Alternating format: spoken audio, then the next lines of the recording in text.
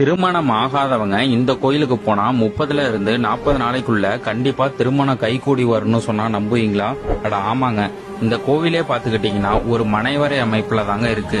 இந்த கோவில்ல இருக்க மாப்பிள்ளை சாமிக்கு நீங்க 3 மாலையை வாங்கிட்டு போனீங்கன்னா அதுல பூஜை பண்ணி ஒரு மாலையை உங்க கழுத்துல போட்டு விடுவாங்க.